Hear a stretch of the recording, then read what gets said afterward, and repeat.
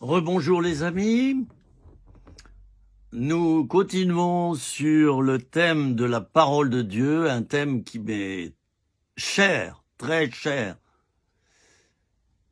Et c'est vrai que les Saintes Écritures, c'est fondamental. La parole de Dieu, je la compare à un mode d'emploi. Quand vous achetez un appareil électroménager, vous avez un mode d'emploi. D'ailleurs, pour économiser de l'argent, quand vous achetez maintenant un ordinateur, pouf, il n'y a plus de mode d'emploi. Débrouille-toi. Facile, hein?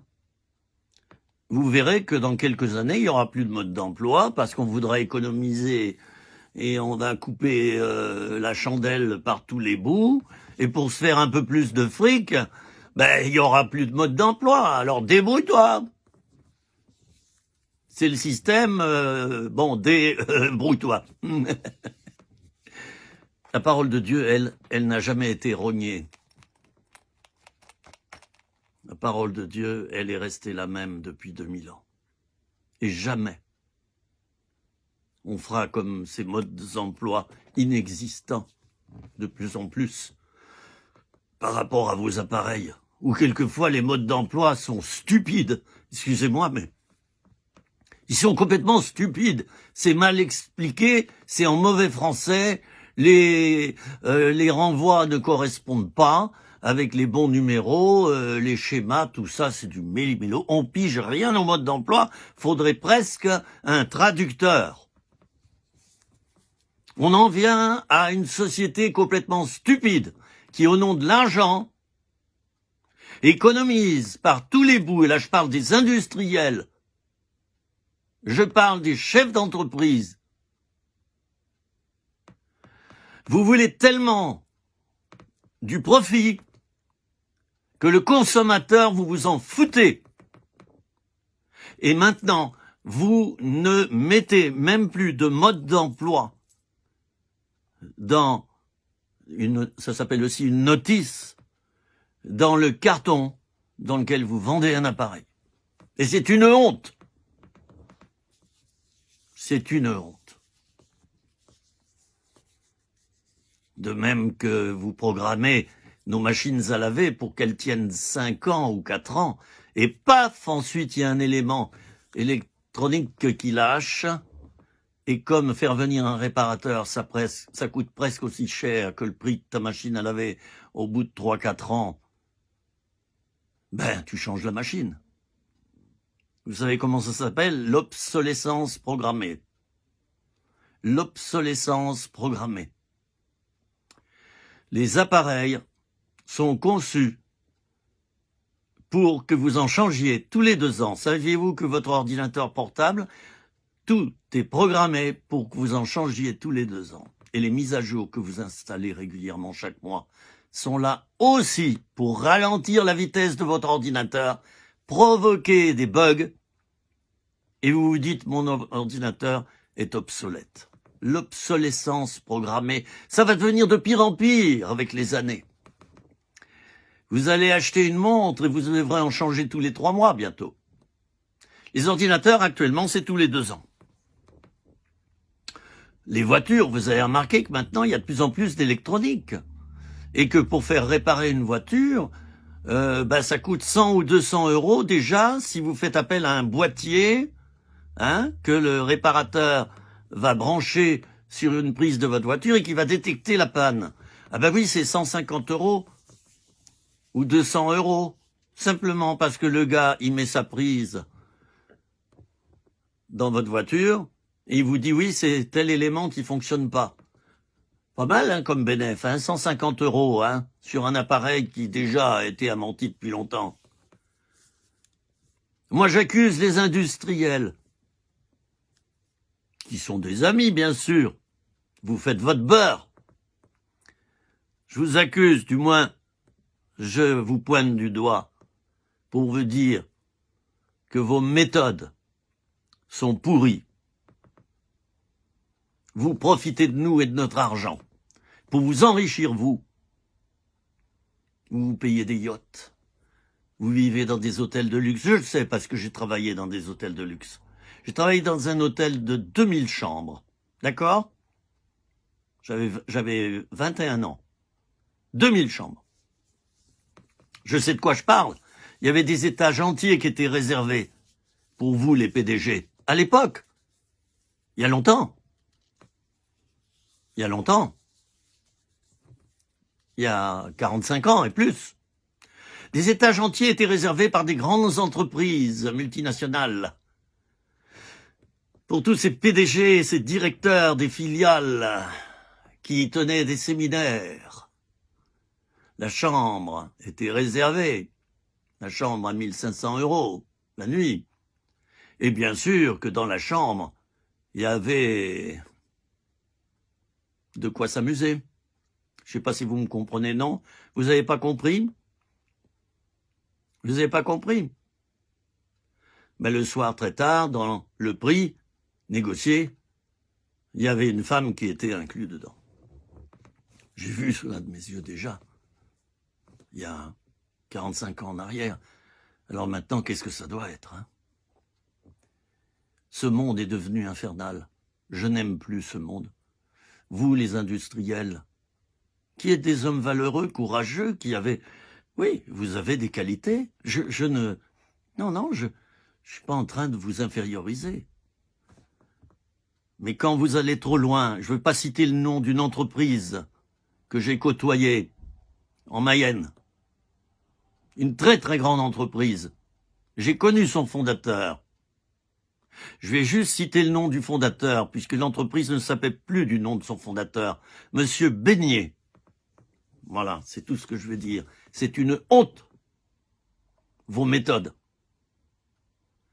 Parce que vous utilisez l'eau dont vous vous servez pour laver des fromages, par exemple, pour nettoyer les tuyaux par lesquels le lait passe, vous récupérez ces eaux usées dans des citernes et vous recyclez ça dans les fromages.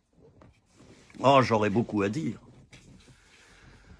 sur cette grande entreprise, donc je ne citerai pas le nom parce que je n'ai pas envie d'avoir un procès. Alors je pense qu'il m'en ferait pas, je suis un tout petit bonhomme sans influence. Il ferait des procès à des gens influents plutôt, hein, parce que là encore c'est un investissement de faire un procès. Quand j'apprends maintenant comment vous faites, vous, certaines entreprises, je ne dis pas toutes les entreprises, quand j'apprends que le client n'est plus roi, mais qu'il est un... Bon, je préfère me taire. Il est simplement un portefeuille. Voilà, je vais être plus doux, hein, et pas prononcer certains mots. Le client n'est plus roi maintenant. Le client, c'est un esclave qu'il faut purger et duquel on va retirer du fric pour se payer des villas, des jets, des yachts, bouffer dans des restaurants de luxe, avoir des voitures de luxe, coucher dans des hôtels de luxe avec les prostituées. Vous croyez que votre vie, elle est belle quand elle est comme ça? Je vous le dis avec amitié. Je vous ai côtoyé. Et je vous juge pas, je vous rejette pas. Je comprends la manœuvre. Je suis un homme. Je comprends ce que vous faites. Mais c'est devenu terrifiant. Dans les entreprises, il y a ce qu'on appelle des bibles. Il y a une Bible. C'est pas du tout la parole de Dieu, puisque le thème de notre vidéo, c'est la parole de Dieu. On va y arriver tout de suite. Dans les grandes entreprises, maintenant, il y a ce qu'on appelle une Bible. Qu'est-ce que c'est? Ben, c'est un livre. Hein. Je vais donc essayer de prendre un bouquin ici sans montrer du tout ce que c'est. Hein. Dans les grandes entreprises, il y a maintenant ce qu'on appelle des Bibles. Tout est marqué dedans, comment il faut faire, ce qu'il ne faut pas faire, comment mieux gruger. Et je vais dire peut-être aussi quelque chose qui va être choquant, mais comment mieux voler les autres. J'ai travaillé en tant que pasteur dans des entreprises. J'ai pas fait que prêcher, j'ai travaillé aussi dans des entreprises industrielles. Et ce que j'ai vu, chers amis, ça a été difficile pour moi à avaler. J'ai vu comme une copie de l'évangile.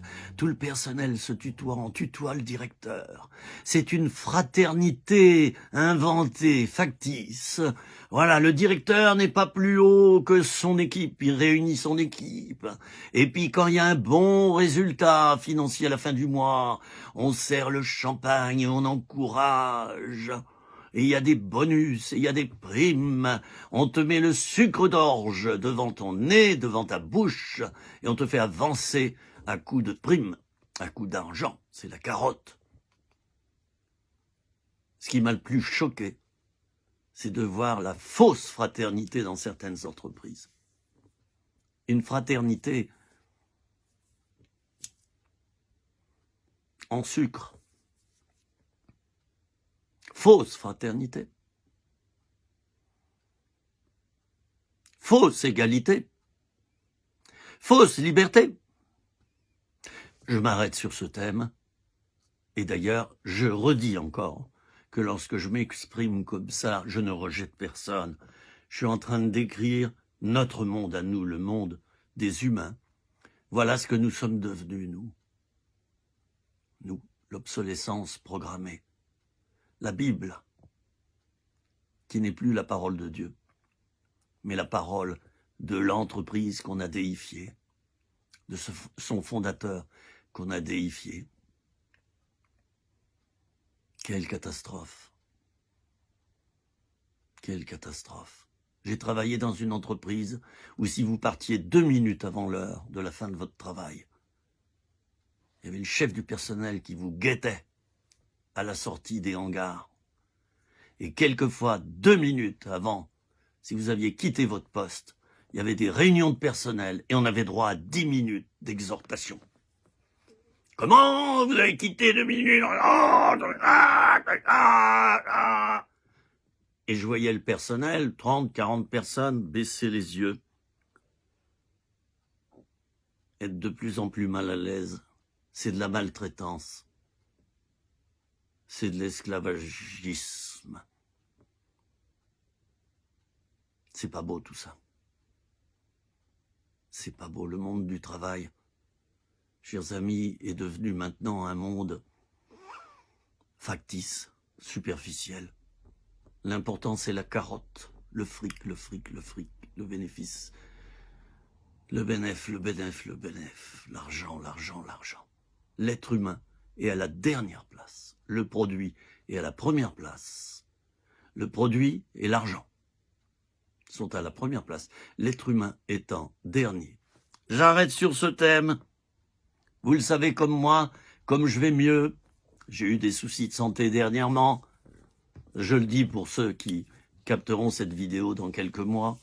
Et donc, eh bien, j'étais dans la souffrance et dans la peine, mais maintenant je suis rétabli. Vous connaissez ceux qui suivent ces petites vidéos. Il y a un thème principal, mais quelquefois je prends un chemin de traverse. Et d'ailleurs, ça touche certaines personnes parce qu'elles se disent « Tiens, bah oui, c'est vrai, j'y avais pas pensé à ça. » Ça touche des personnes qui avaient peut-être besoin justement de ce chemin de traverse. Bon, alors dans une vidéo, j'ai expliqué que la parole de Dieu, elle n'était pas là pour simplement qu'on la regarde et qu'on la fasse reluire avec un chiffon, nettoyant, mais qu'elle était là pour qu'on la mette en pratique, pour qu'on s'immerge dedans, comme quand on plonge dans l'eau d'une piscine ou d'un océan. Dans une autre vidéo, j'ai expliqué, en me basant sur certains versets de la parole de Dieu, de Timothée 3,16, j'ai expliqué que toute écriture est inspirée de Dieu, elle est utile pour enseigner, convaincre, corriger, instruire dans la justice. J'ai expliqué que la parole de Dieu, elle est vivante et efficace, ça c'est Hébreux 4,12. Vivante et efficace, plus tranchante qu'une épée à 2 tranchants. Pénétrante jusqu'à partager âme et esprit, jointures et moelles, elle juge les sentiments et les pensées du cœur.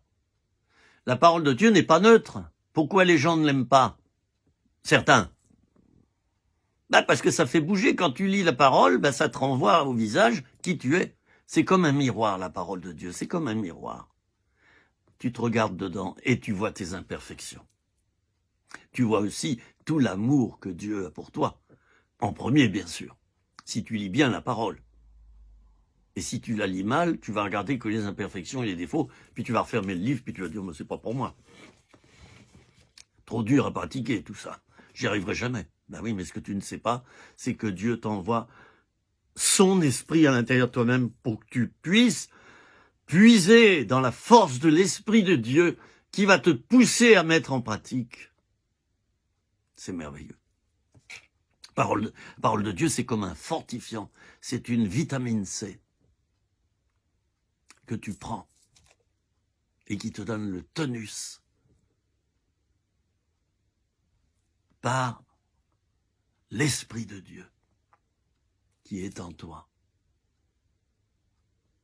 Tu utilises ce tonus pour pratiquer les œuvres du Seigneur. Je vous propose maintenant de lire dans votre Bible, dans les Proverbes. Vous savez où se trouve le livre des Proverbes, j'espère. Je vous le dirai pas, je le fais exprès. Important de connaître l'ordre des livres dans la parole de Dieu. On retrouve plus facilement les choses. J'espère que vous connaissez bien la parole. C'est le mode d'emploi, je le disais, de la vie chrétienne. Et un chrétien qui ne lit pas la parole, qui ne s'inspire pas de la parole, qui ne se baigne pas dans la parole, qui ne s'imprègne pas de la parole, qui ne s'inspire pas de la parole, c'est un chrétien qui va écouter n'importe qui, n'importe quel gourou, n'importe quel prédicateur ou prêtre, et qui va rentrer dans des fausses doctrines. Et qui va faire n'importe quoi au nom de Dieu. La parole de Dieu, il faut bien la connaître, elle nous donne des clés. La parole de Dieu, c'est comme un trousseau de clés. Des petites et des grandes clés, des clés moyennes. Il y a toujours une clé pour toi. Tout n'est pas dit dans la parole de Dieu. Tout n'est pas décrit. Il n'y a pas toutes les réponses aux problèmes. Mais il y a des clés qui vont te permettre d'ouvrir tes portes, et derrière cette porte, il y a le Dieu vivant qui va répondre à ton problème lui-même. Mais pour ça, il faut que tu utilises cette clé. Et une des clés principales, je le disais à la fin de ma vidéo, c'est la foi. Je disais que la foi, la Bible, l'exalte. Le juste vivra par la foi. La foi, c'est un élément moteur. Si t'as pas la foi, par rapport à tes finances, par rapport à ta santé, par rapport à ta famille, à ton conjoint, tes enfants, si t'as pas la foi que Dieu est là et que Dieu va bénir, tu plonges dans le découragement, dans la dépression, dans l'esprit négatif, dans le pessimisme, et tu t'enfonces. Mais si tu vis par la foi, en t'appuyant sur chaque verset de la parole, et en t'appuyant seulement sur eux, alors tu vois, à ce moment-là, cette vérité contenue dans le verset qui s'accomplit dans ta vie. Et l'efficacité de la parole de Dieu, c'est qu'elle chasse l'ennemi. D'ailleurs, dans Éphésiens 6, je n'ai pas le verset exact ici sous les yeux, dans Éphésiens 6, il est parlé d'une arme. Et cette arme, c'est une épée. C'est une épée. C'est une épée qui représente donc la parole de Dieu.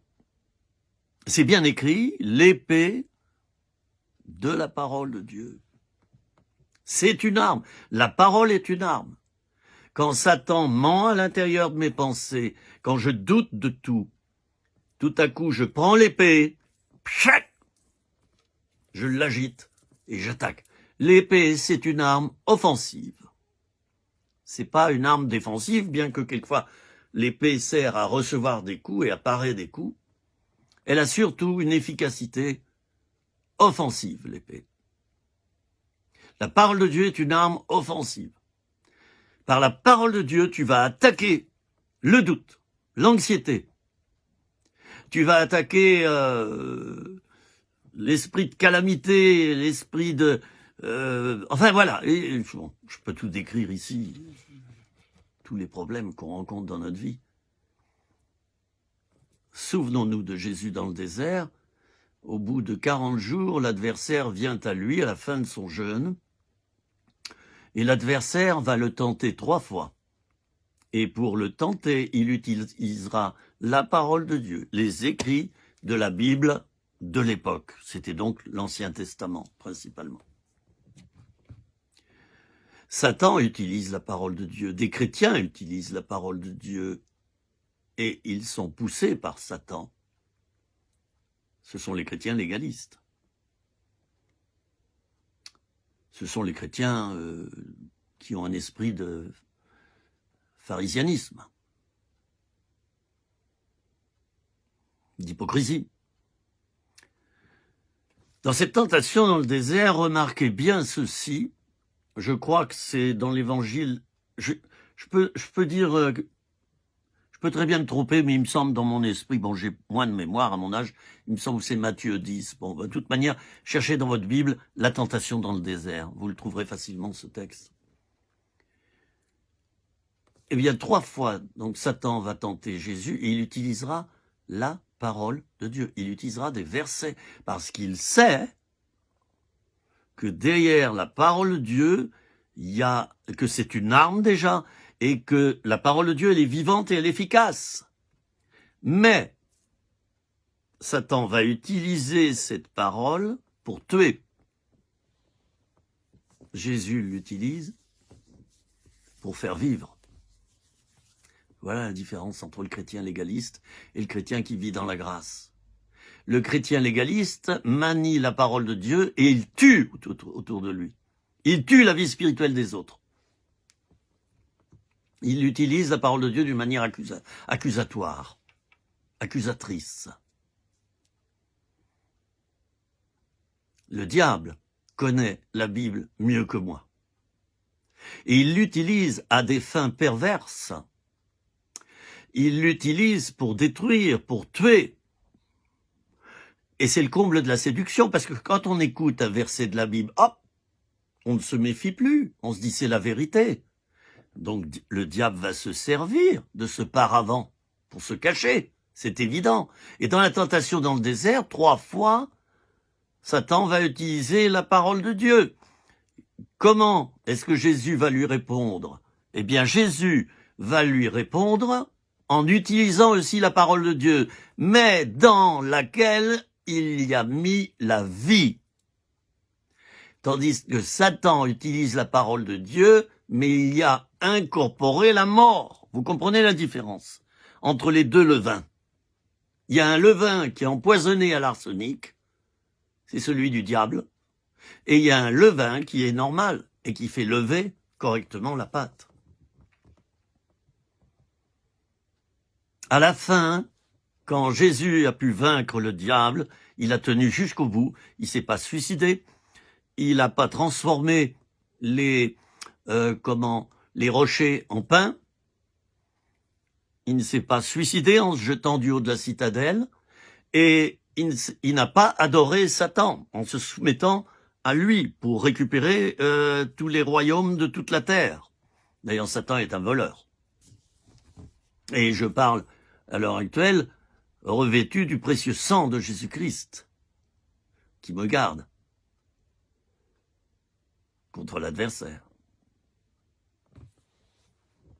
À la fin, Jésus, excédé, va dire à Satan, il lui donne un ordre, retire-toi, Satan. Et un autre texte que celui contenu dans l'évangile de Matthieu nous dit que le diable le laissa jusqu'à un moment favorable. Faisons attention quand les attaques s'en vont. Continuons à veiller et à prier. Parce que Satan nous guette. Il attend le moment où tu es fatigué, le moment où tu te relâches, le moment où tu es moins sanctifié, où tu as moins prié. Il attend ce moment-là pour t'attaquer. Alors certains chrétiens vont me dire, mais enfin je comprends pas, pourquoi l'adversaire m'attaque autant alors qu'on m'a dit qu'il avait été vaincu à la croix. Ben oui, je redis encore quelque chose, c'est important. Presque tous, vous connaissez ce que je vais dire maintenant, pardon. Vous connaissez ce que je vais dire. Satan a été vaincu à la croix dans le sens que Jésus lui a coupé la tête. C'est comme un serpent, d'ailleurs c'est l'image dans le livre de la Genèse. Le diable est représenté par un serpent. Alors, eh bien, à Golgotha, Jésus a coupé la tête à ce serpent. Vous savez comme moi que quand on coupe la tête à un serpent, il bouge encore pendant tout un temps. Les anguilles, c'est la même chose. Les poissons aussi, certains poissons. Alors oui, il y a des attaques à l'heure actuelle. Mais attention, la tête a été décapitée, a été enlevée. Et ce qui bouge, c'est le corps, c'est les démons. Nous ne devons pas avoir peur de Satan, parce que la peur de Satan vient de Satan lui-même. Satan a été vaincu à la croix de Golgotha il y a 2000 ans. Ça fait belle lurette. Et si tu crois que Satan est fort pour te toucher, te démolir, ta foi, elle n'est pas bonne. Certes, Satan est fort, il est plus fort que moi, mais il est faible par rapport à Jésus-Christ, par rapport à Dieu, il est faible. Et comme je disais à l'instant, je parle vraiment sous l'onction du Saint-Esprit et sous la protection du sang de Jésus qui a été versé pour moi à la croix il y a 2000 ans. Satan ne peut donc m'attaquer au travers de cette vidéo. Faisons attention aux attaques spirituelles, en sachant que Satan a déjà été vaincu. C'est un bon renseignement. Je disais dans une autre vidéo, que penseriez-vous d'un match de foot, le mondial du football, d'accord? Que penseriez-vous qu'avant le mondial, vous connaissiez déjà l'équipe qui va vaincre et qui va recevoir la coupe? C'était la France en 1998. Si on savait à l'avance qu'on a gagné. Nous savons, nous chrétiens, que nous avons déjà gagné. Ça, c'est un renseignement de taille. Je sais que Satan est déjà vaincu. Mais, Éphésiens 6, il y a les armes du combat, le corps bouge encore. Et la parole de Dieu me dit, dans l'épître de Pierre, Satan rôde comme un lion rugissant, cherchant qui il dévorera. Résistez-lui avec une foi ferme, sachant que les mêmes souffrances sont imposées à vos frères dans le monde. Résistez-lui avec une foi ferme, pas une foi molle, pas une foi qui doute, pas une petite foi. Une foi ferme, retire-toi, Satan. Vous savez, dans le désert, Jésus, quand il a demandé au diable de se retirer, il n'a pas dit « Est-ce que tu pourrais partir ?» Il n'a pas dit « Retire-toi, Satan, alléluia !»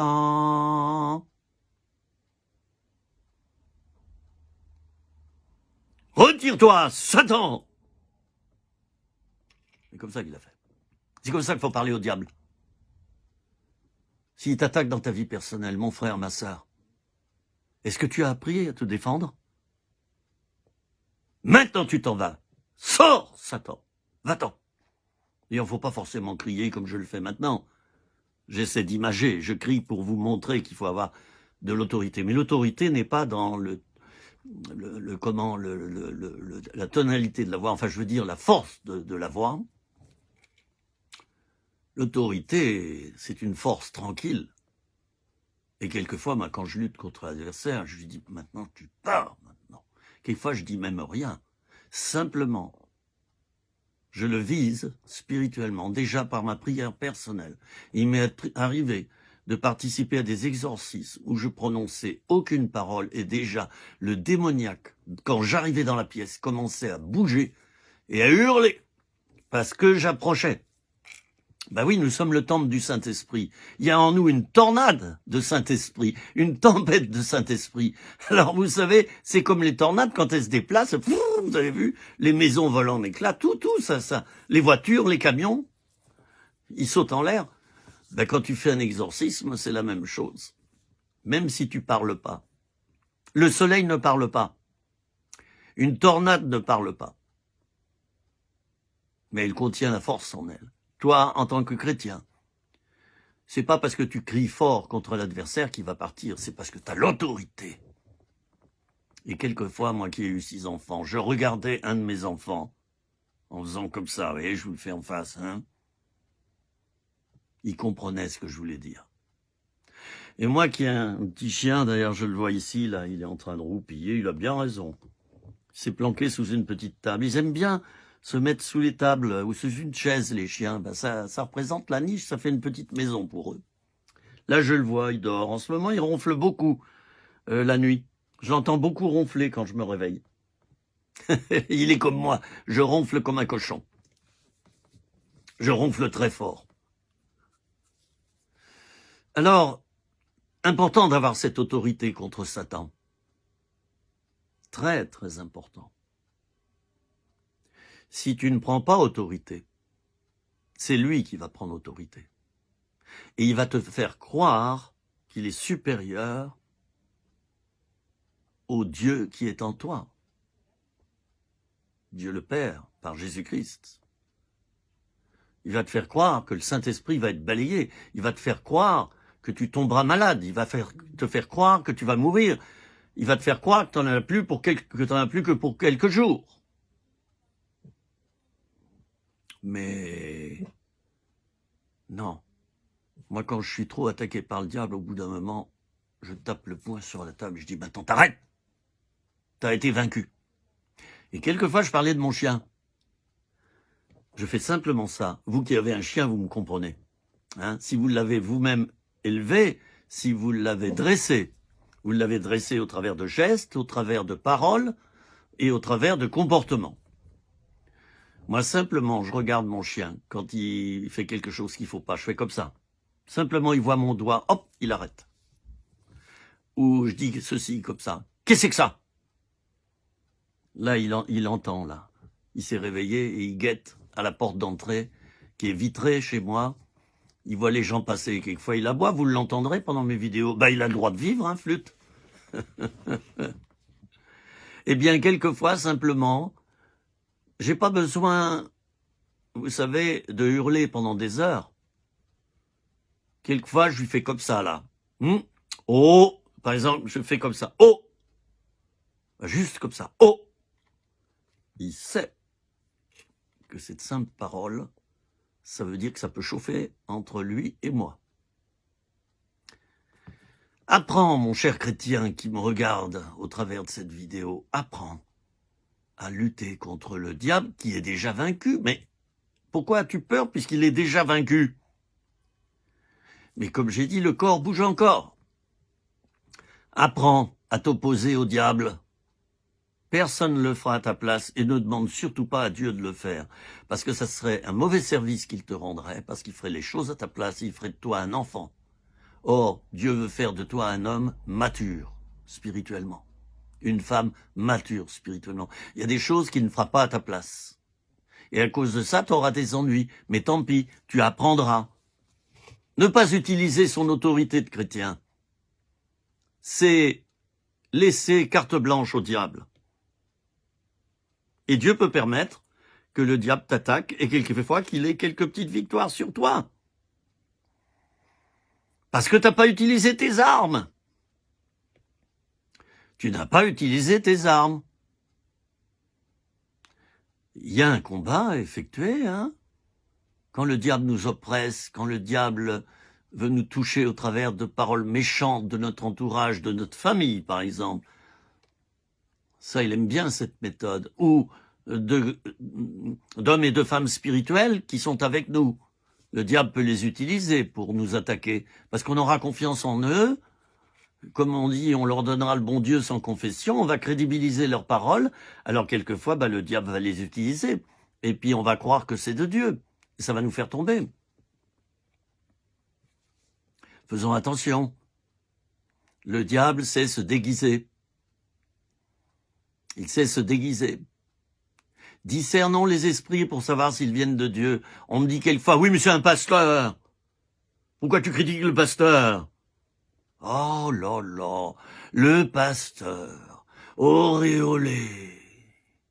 Hein, j'ai parlé du riolet. Non, l'auréolé, auréolé.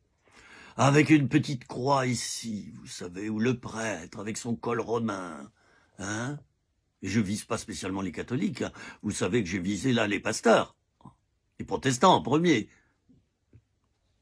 Je suis pas un anti-catholique primaire. Mes amis, combien c'est important de faire attention, de discerner les esprits et d'essayer de voir par où l'adversaire nous attaque. Quel canal il utilise? Quel canal il utilise? Il peut utiliser un enfant. Il peut utiliser ton conjoint. Il peut utiliser ton pasteur, mais oui, ou un ancien de ton assemblée. Il peut utiliser un grand croyant contre toi, qui a des parts de fragilité, et donc l'adversaire va utiliser cette fragilité pour te démolir, toi. Ça ne veut pas dire qu'il n'est pas un bon chrétien. Satan voit les failles qu'on a, et il s'infiltre par des failles. C'est pour ça qu'il faut essayer de se mettre en ordre le plus possible. Et quand on a péché, eh bien, un joker, je le dis souvent, c'est le sang de Jésus-Christ. Seigneur, je demande pardon pour ce péché, que ton sang me purifie maintenant de ce péché. À l'instant même, tu es purifié. Si ta repentance est réelle et profonde. À l'instant même, tu es purifié. Satan ne peut plus t'attaquer. Il ne peut plus t'accuser. Combien c'est important de se mettre en ordre. Puis, une fois que tu es en ordre, revêtu de la justice de Dieu, pas de ta propre justice, qui elle est cabossée, trouée comme une passoire. Revêtu de la justice de Christ, de la perfection de Christ qui vient d'en haut, qui vient pas de toi, mais de Dieu. Alors tu t'adresses à Satan, mais tu verras le résultat. Moi je vous dis, j'ai participé à des exorcismes. Le pire de ce que j'ai vu, je vais vous raconter. Et puis je continuerai d'autres vidéos sur ce thème. Le pire de ce que j'ai vu, vous savez quoi? On était à 3 pasteurs, on faisait un exorcisme sur une personne qui nous avait demandé. Hein? Et il se trouve que des démons se sont manifestés. Nous, on n'a pas taquiné le démon. Il se trouve que pendant l'entretien, la personne, ses yeux se sont révulsés, elle s'est mise à baver, à faire des cris d'animaux, à brouter l'herbe par terre, c'était dans un camping, et puis à avancer comme une vache dans l'herbe. On s'est dit, ça c'est pas humain, c'est diabolique. Alors, donc on savait que cette personne était dans la repentance et qu'elle voulait être délivrée. On avait discuté avec elle avant. Il faut toujours vérifier que la personne veut s'en sortir. Sinon, faut pas chasser le démon, parce qu'il va revenir après avec 7 autres démons, nous dit la parole de Dieu.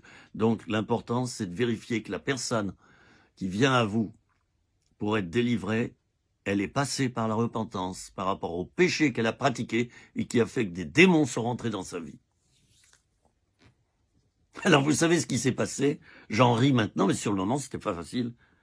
Voilà que la personne s'immobilise, là, à genoux dans l'herbe, et nous regarde, et elle dit, « Il y a l'un d'entre vous qui a commis des péchés, et qui n'est pas en ordre devant Dieu. » Oh, le comble. Nous, on s'est fait un clin d'œil. « Tais-toi maintenant !» On a parlé au démon. « Tais-toi !» Vous voyez ce qu'il voulait faire? Mettre la division entre nous. On a tout de suite compris, un clin d'œil. « Tais-toi maintenant ! Tais-toi !» Parce qu'il ne faut pas discuter avec les démons quand une personne est démonisée. Il ne faut pas discuter avec. Jamais, jamais. Il faut faire taire cette puissance. Il faut la chasser, c'est tout. Voilà notre mission. Et nous qui sommes serviteurs et servantes du Seigneur, pas forcément pasteurs, mais remplis de l'esprit et dans le service de Dieu, Nous avons reçu le pouvoir contre le diable et le pouvoir d'exorciser les personnes. Ne le faisons jamais seuls. C'est quelque chose qui doit se faire dans la réflexion d'abord. Vérifions si la personne s'est repentie, si elle demande vraiment la délivrance. Vérifions aussi qu'il y a réellement un démon, parce que le psychisme, il est capable d'imiter les cris des démons. Ça peut être le psychisme de la personne qui réagit. Moi, j'ai vu des pasteurs se laisser attraper par des personnes qui avaient des maladies mentales et qui faisaient comme ça et commençaient à chasser le démon. Et moi, je dis, frère, non, non, non, arrête. Il n'y a pas de démon, là. Ah oui, si tu as le discernement des esprits, tu sais s'il y a un démon ou non. Ou si c'est du toc, si c'est artificiel, une imitation de démon. Alors le démon, on lui dit de partir. Et il part. Et après, la personne, elle a froid, elle tremble, elle est blanche, elle est crevée, elle est fatiguée, elle a besoin de se reposer. Je me souviens d'une fois en Allemagne où on a fait un exorcisme, on était 2. Et après l'exorcisme, la personne nous dit « j'ai froid ». C'était une femme. On lui a mis une couverture, on l'a enveloppée dedans. On lui a dit « c'est normal, c'est normal ». Vous savez quoi, avant l'exorcisme, on ne savait pas qu'il y aurait eu un exorcisme, d'ailleurs on discutait avec elle. Elle était couverte de boutons. Et j'ai vu le cas plusieurs fois dans ma vie. Couverte de boutons, de gros boutons. Bien après l'exorcisme, on regarde sa peau, il n'y avait plus du tout de boutons. Et oui, il y a des traits physiques qui peuvent changer après un exorcisme. Alors j'arrête sur ce sujet, parce que c'était pas mon sujet. N'ayez pas peur de ce que je dis. Surtout, si vous avez peur, je suis désolé. Vous n'avez pas raison. Le diable est vaincu. Proclamez-le. Proclamez-le. Est-ce que vous le croyez au fait qu'il est vaincu? Ou vous en doutez? Attention, si vous en doutez, vous lui avez ouvert là une porte par laquelle il va essayer de rentrer pour s'installer. C'est important de croire que Satan a été vaincu à la croix il y a 2000 ans. C'est un fait. Il a dépouillé les autorités, les dominations, en triomphant d'elles par la croix. Il les a livrées en spectacle. La parole de Dieu est composée de versets, et dans ces versets, il y a des affirmations, il y a des vérités. On doit s'emparer, chers amis, de ces vérités, les proclamer et leur donner toute leur efficacité.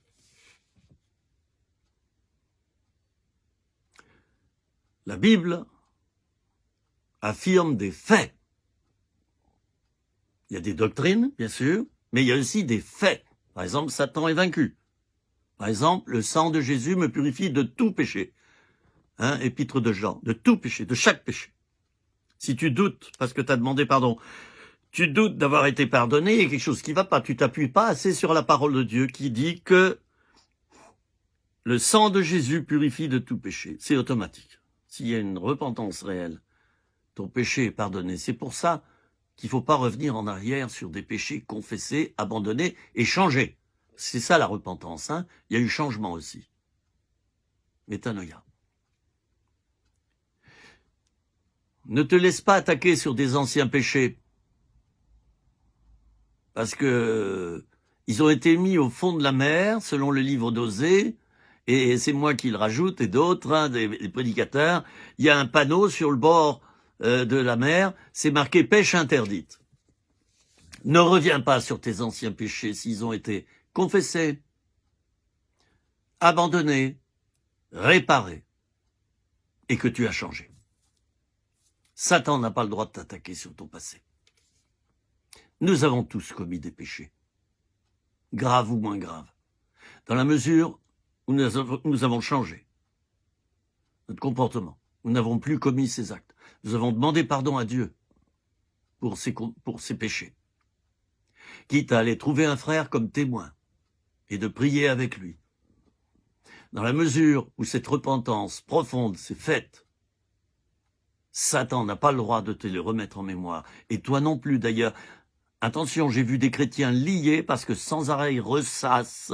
Ils ne se pardonnent pas. Alors ça, c'est un autre problème. Quelqu'un qui ne se pardonne pas d'avoir fait telle ou telle chose dans le passé.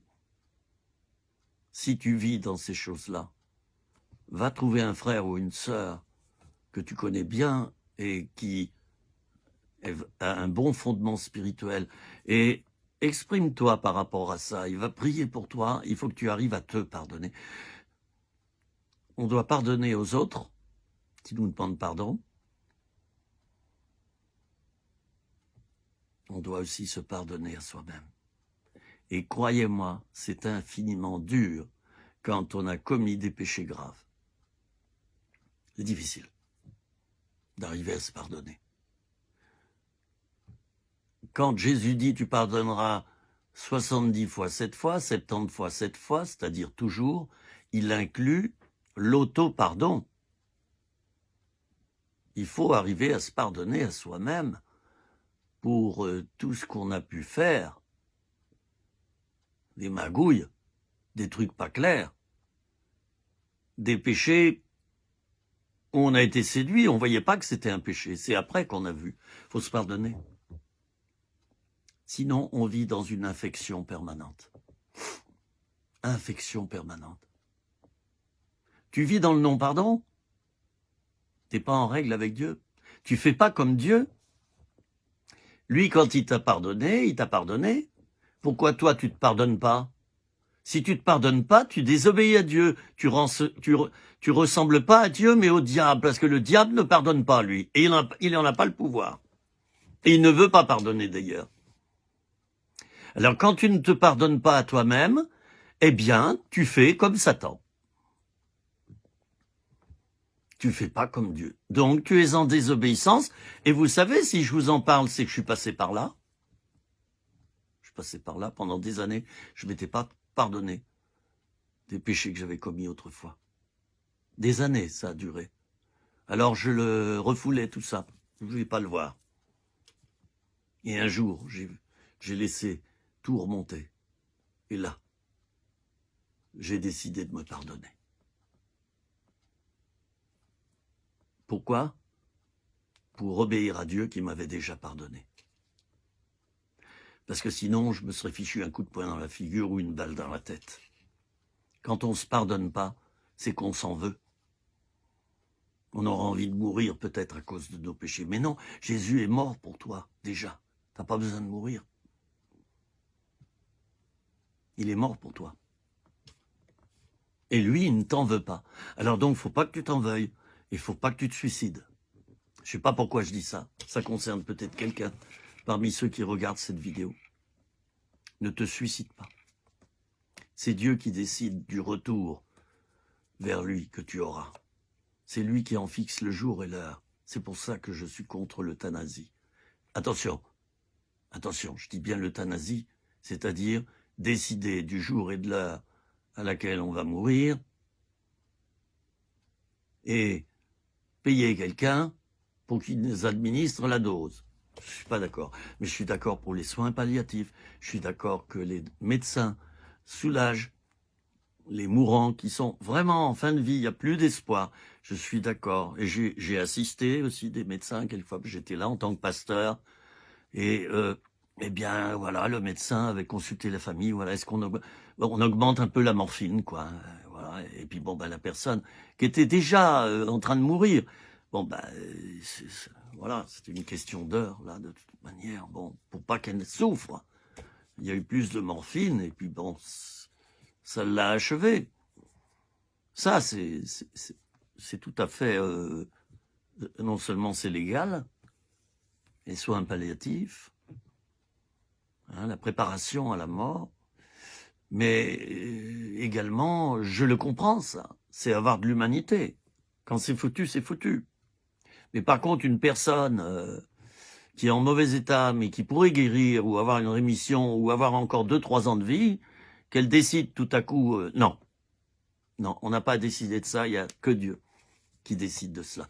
Nous allons prier, chers amis, Et je vous retrouverai pour d'autres vidéos sur ce thème de la parole de Dieu. Vous voyez, là, le thème, c'était la parole de Dieu. J'ai même pas abordé le verset que je voulais lire.